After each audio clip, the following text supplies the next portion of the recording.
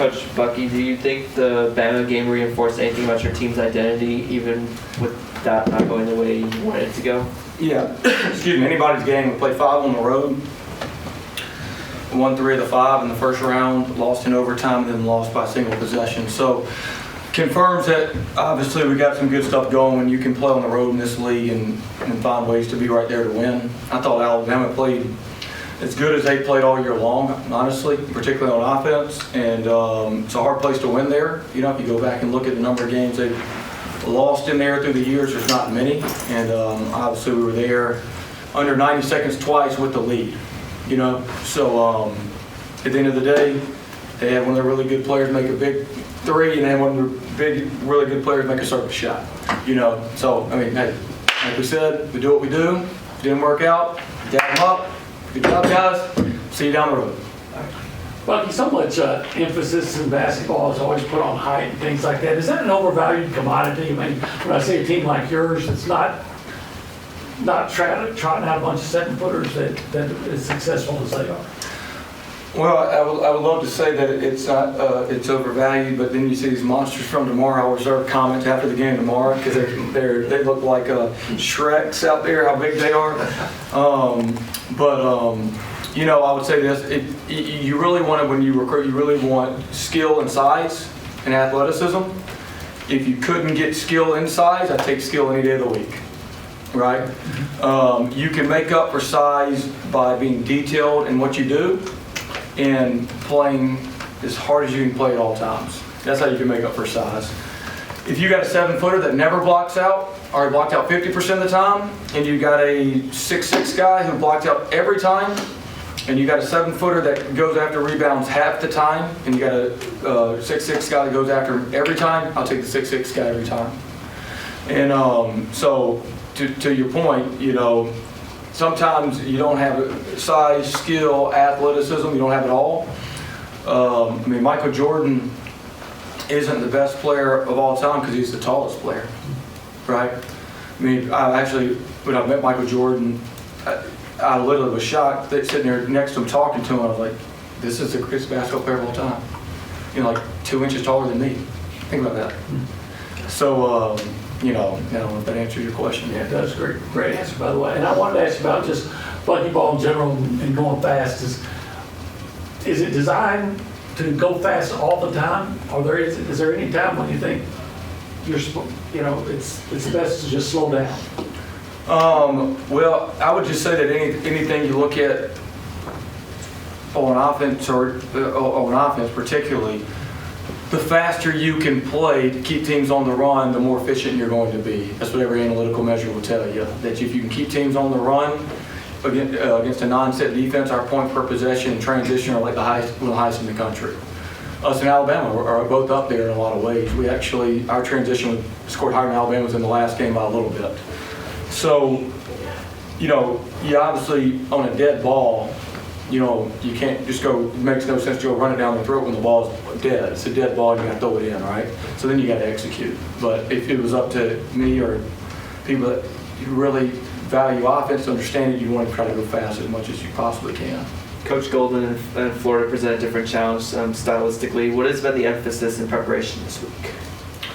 Well, we took off yesterday, watched a little bit of tape. We watched our game, some of our game here this morning, and then we just got to Florida there right before it and a little bit after. Like, a lot's going to be on us. They're one of the best rebounding. They're literally the best rebounding team up to this point in the history of college basketball. That's saying a lot. So, like, obviously not let them play, you know, ping pong with it off the glass would help. They scored at the rim at a high level. They scored it was like 72 or 76 points on Alabama literally at the rim. They're big. They rebound well. I'm not so sure they're not just equally as good as last year at the same time. They could win a national championship. Well coached, physical. They have returners who won a national championship. So, very good team. Very good on defense too. I mean, they're just got a lot of good things going for them. But other than that, they're not very good. To your point about their rebounding abilities, just especially with the two bigs, what has made them so effective? As you've gotten a chance to maybe study them? They're just big and strong, you know. I mean, they start at the 3, 4, and 5. They're big. Most teams will start, you know, sometimes at the 5, sometimes at the 5 and the 4. They're 3, 4, and 5. They're really big. They're skilled. Their bigs are, well, one of the bigs isn't as skilled as the 4 and the 5, but he's great skill for what he likes to do. But, you know, they have size and they have skill, and they're smart. They can pass. And they have some continuity together, you know. So, you know, what they got. What kind of extra boost could Jamie provide y'all with this kind of matchup if he kind of can get on the heater like he did against Alabama? Yeah, he played great, and he played really good in the Texas game.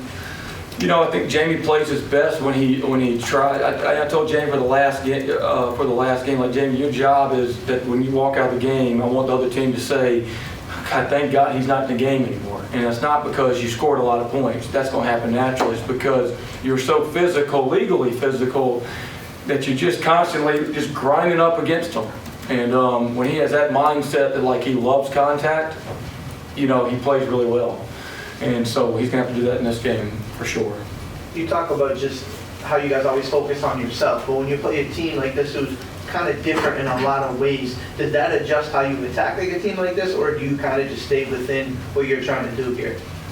You know, we have different ways we can play offense and defense. I think one of the things that's helped us, even when we were at Sanford, was our adaptability, particularly on defense. You know, we're able to do different things, play teams different ways. I mean, you talk about two different games, Alabama versus Florida, and just so different in a lot of ways. So we got to continue to be adaptable going into the game and then throughout the game. Offensively, like, I mean, I feel good versus, you know, however they want to guard the ball screen, however they want to guard off the ball action, whether they want to ice it, top lock us on our pins, not top lock us, switch us, you know, like, I like our switch attack. I like, you know, if they want to hard hedge us, you know, if they want to late veer us. Like, I think we're to the point where we have an answer schematically for anything someone throws at us. You know, I'm not saying that means we're scoring every time, but I'm comfortable going into it because we have adaptability.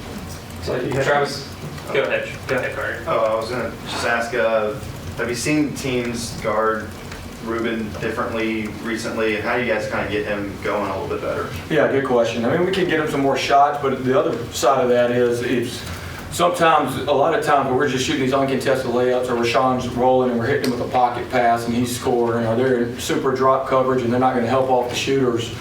That's the reason why we're shooting some of these uncontested layups, is because we have the space out there, right? And spacing is offense. And so sometimes just a shooter on the floor, that if he's way out here wide in the Houston slot and he's wide and you got two guys in the corners that are hugged up on everybody, then pick and roll offense is easy. So they don't get an assist for that, but they might as well get an assist, right? I'm not saying that, hey, that's not a good way to guard it. Then if they want to play in there tight, then you're dealing with other actions that can get them shots. So just because he may not score, it doesn't mean he's not impacting the game of offense just as much as if he scores 20.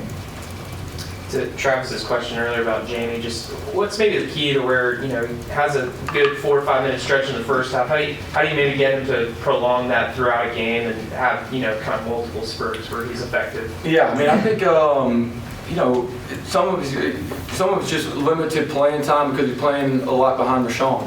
You know what I'm saying? So I just think he's got to make the most of the minutes he has, right? And I think the best way to make the most of those minutes is to not focus on scoring.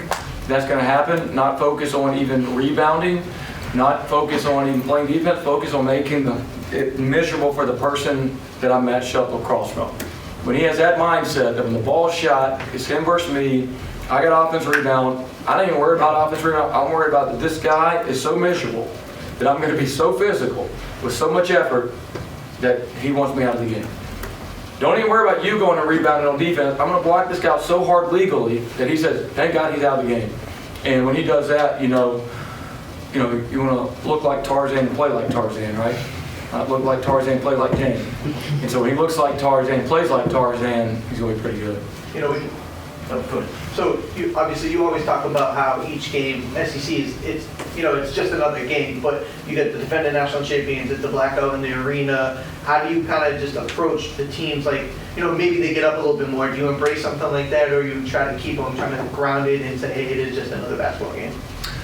Really, I just figured, like, hey, let's get in the right jerseys and there's no way we'll lose. We just cancel practice. Like, we're doing a blackout, that's it. They're going to be scared to death walking up in here anyways. We ain't going to worry about nothing. No, I think at the end of the day, like, it's great, do something like that. Fans get around it. But, if you get too high, I've never seen, in my experiences, it just seems to me, if I watch an ultimate fight or a boxing match, the guy that's coming into the ring that's just over the top, emotion, usually is getting knocked out pretty soon. Or they're going to be okay in the first round, they got nothing left the rest of the game. I think the teams that are scary and the fighters that are scary are the ones that come in there just with that glassy look, like, that's the guy you don't fight, right? And so you want your team to not be too high, too low, off that killer intensity instead of the emotions up and down, because that usually doesn't sustain. Can Bucky ball work for extended periods of time with two bigs on the court, or is that too reactionary for a team that might have some size?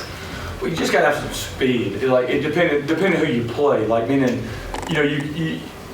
we struggled early in the year trying to figure it out when we were playing with Sean at the foursome a lot and the JV out there. You could survive offensively for sure, but just defensively, could you match Alabama's 4 perimeter players that have NBA players on the floor that's massive skill, putting you in the blender out there and trying to guard those guys? That's a problem if you don't have speed. It's not a size issue. It's just how much speed do you have out there to cover the perimeter. Going up against a team like Florida that maybe doesn't have as much depth as someone like A&M, is that something that plays a role in the preparation there, trying to get them to have to use that depth? I think fatigue plays a factor in every game. Sometimes you can see how it impacts it more than others. Sometimes it's glaring. Sometimes it's not as glaring to the eye. But when you really peel back the tape, you realize that it was a factor.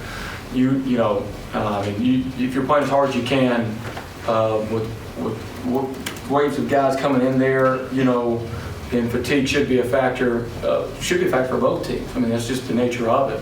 But I trust that we got 10, 11 guys that can all roll. What boost does it give you guys having Marcus be kind of 100% now? He said, Georgia game is kind of the first time he felt back to himself. Yeah, Marcus, he's got so much energy. He can rack it. He's tough. He loves to play the game. No moment's too big for him. And, Marcus can shoot it. That's the thing. Same with Marcus and Rashawn. These teams that want to play off and just let them shoot it, thank you. They can make shots. And so, so some of these guys that haven't made shots, that just means, I know where they're going to finish the season. You don't have a guy that's like a 35% true three-point shooter shooting 12%.